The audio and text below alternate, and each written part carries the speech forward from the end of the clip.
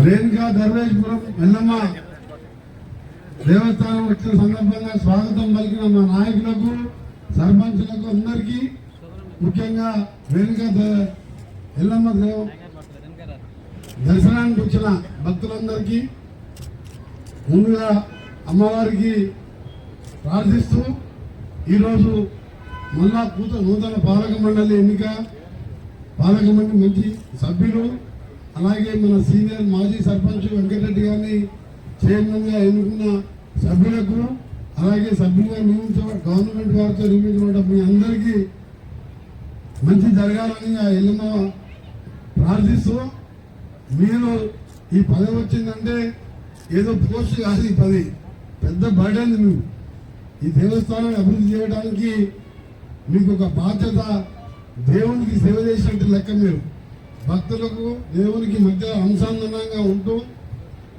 ప్రభుత్వ పరంగా నిధులు తీసుకురావాలని ఇప్పటికే ప్లాన్ ఇవ్వడం జరిగింది. దాదాపు 23 కోట్ల రూపాయలతో దీన్ని మొత్తం మోడల్గా చేయాలని.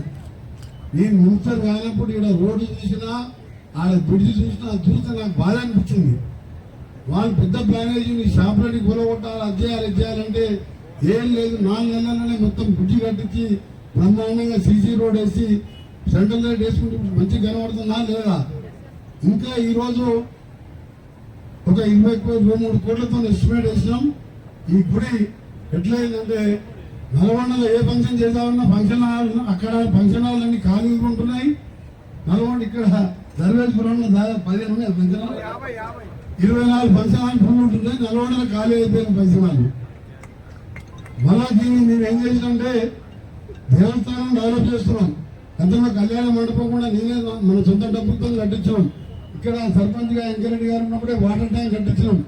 ఇక్కడ ఇవాళ ఊరిపోతప్పుడు ఈ బాట మీద నడవాలంటే చికెన్ సెంటర్లు ఇవన్నీ ఉంటే, రోడ్డు లేకుంటే ఆ గుంతలలో పోయేది మనం మోటార్ సైకిల్ మీద.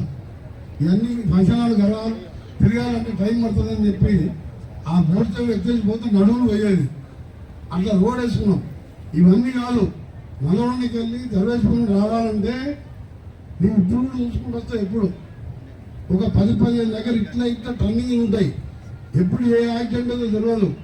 24 ఫంక్షన్లు అయినాయి. ఇవాళ దావత్కి వచ్చిన వాళ్ళు ఉట్టిపోతారు. వాళ్ళు దేవుని మొత్తారు, ఏడాది కొడతారు, ఫంక్షన్ చేసుకొని అంత ఇంత తీర్థం ముచ్చుకొని పోతారు కదా.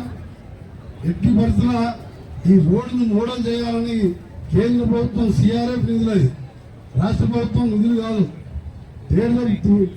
కేంద్ర ప్రభుత్వం నిధులతోని సిఆర్ఎఫ్ అంటే సెంట్రల్ రోడ్ ఫండ్ 50 కోట్లతో రాజశేఖర రెడ్డి విగ్రహంకి వెళ్ళి ధర్మేశ్వరం వరకు ఒకటే స్ట్రేట్ గా ఉంటట్టు ఇంజనీర్లకు కూడా చెప్పినా, ఎక్కడ కూడా టర్నింగ్ ఉండొద్దు, మధ్యలో డివైడర్ రావాలి, సెంట్రల్ లైటింగ్ రావాలి, ధర్మేశ్వరం మొత్తం కూడా నల్గొండ టౌన్ లో కలవాలి విధంగా ఆ రోడ్ శాంక్షన్ కూడా చేయడం టెండర్ అయిపోయింది.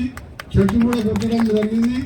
రేపటికి వెళ్ళి పనులు కూడా డిమాండ్ రెడ్డి గారు రేణుకా ఎల్లమ్మ దేవస్థానం పరమేశ్వరం మరియు పర్వతగిరి పాలక మండలి ప్రమాణ స్వీకారోత్సవానికి ఇచ్చేసినటువంటి మన మంత్రి గారు, రోడ్లు భవనాల మంత్రి గారు కోమటిరెడ్డి వెంకటరెడ్డి గారు, మరియు మండల పార్టీ అధ్యక్షుడు అనూపిరెడ్డి గారు, మాజీ జడ్పీటీసీ గారు, మరియు వివిధ గ్రామాల నుంచి వచ్చిన సర్పంచ్లకు, మాజీ ఎంపీటీసీలకు, మాజీ ధర్మకర్తలకు, మాజీ ఆలయ చైర్మన్లకు, ఆర్డీఓ గారికి, డిఎస్పీ గారికి, మరియు వివిధ శాఖల ఉన్నతాధికారులకు, మా ఆలయ ఏసీ గారికి, ఈఓ గారికి, మా ఆలయ సిబ్బందికి, అందరికీ, విలేకరులకు అందరికీ నాకు 2వసారి వెంకటరెడ్డి గారు అవకాశం ఇచ్చినందుకు ధన్యవాదాలు తెలియజేస్తున్నాను.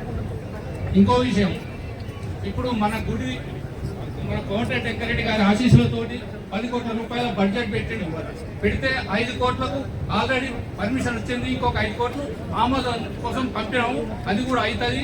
అయిన తర్వాత మన టెంపుల్ ఇక్కడ గెస్ట్ హౌస్ కానీ, ఈ కళ్యాణ మండపం కానీ, గుడి కానీ, మాడ వీధులు కానీ మొత్తం పునర్నిర్మాణం జరుగుతుంది. ఈ 2 సంవత్సరాల్లో ఆలయ సిబ్బంది కానీ, ఆలయ కమిటీ సభ్యులు కానీ పూర్తిగా అందరూ సహకరించాలని నేను విన్నవిస్తున్నాను. ఇంకొక విషయం, మా సార్ మంత్రి గారు చెప్పేది ఏంటంటే, మా ఊళ్ళో ఒకటి అంగన్వాడీ బడి 2 సెంటర్లు ఉంటే ఒకటే ఉంది సార్ స్కూల్, ఇంకోటి లేదు సార్. ఒకటి అంగన్వాడీ బడి కావాలి సార్ మాకు.